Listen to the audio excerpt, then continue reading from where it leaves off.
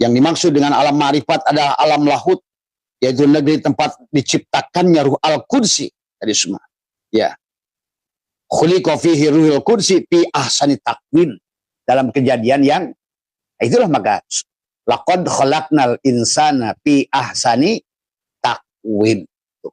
Kemudian summa rodadnahu asfala safilin, diturunkan tempat yang rendah. Nah, sebenarnya di situ adalah Allah ingin menjadikan kenapa kamu harus kembali kepada kosong. Maka itulah Abah sudah ajarkan tentang bagaimana Muharram, Safar, Rabiul Awal, lahirkan Rabiul Awal itu. Lahirkan Muhammad. Maka kisah bulan ketiga adalah juga sama isyarahnya kepada kita. Adalah kamu harus diawali dengan Muharram. Maka disitulah perjalanan kamu ruhani itu diawali dengan bebas dari penyakit kulit Ayub, kata Abah juga.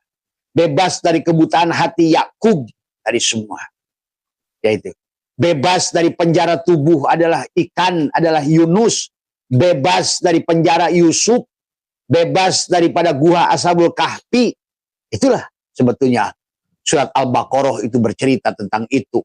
Kalau ngerti tadi semua, ya. Dan ini berlaku kepada semuanya. Tadi semua berlaku. Karena semua ruh sudah berjanji pada Allah. Alastu birabbikum. Tak ada, kamu mah udah mau usah belajar ilmu itu dulu. Emang umur lu tahu? Inilah makanya kenapa manusia itu diulang, kata Abah juga. Karena kalau manusia yang harus kalian pahami di alam dunia ini adalah sebenarnya adalah untuk tadi, untuk mentajallikan Asmaul Husna.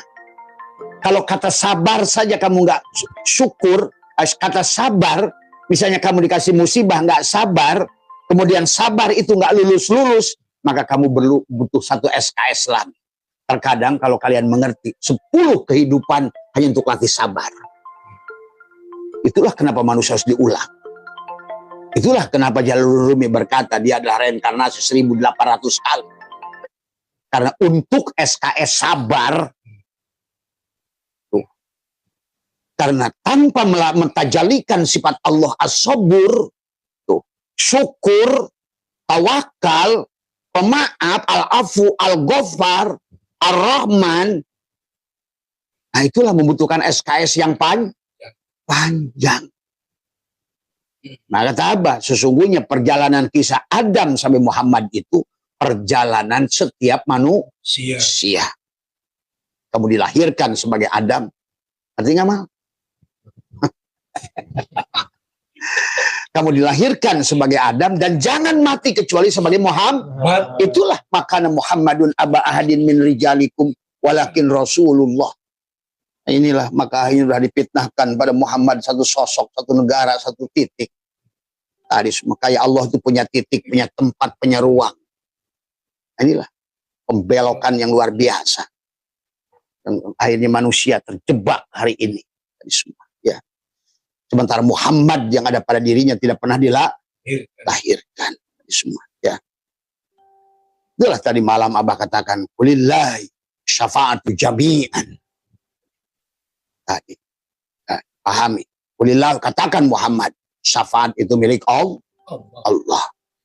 Bahkan Nabi Ahmad pun adalah bisa kembali pada Allah sebagai hamba. Hamba bisa nolong ente. Paham itu? Dari semua.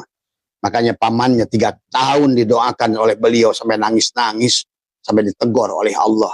Innaka la tahdiman ahbabta walakinallaha yahdi may. Inilah harus kalian pahami.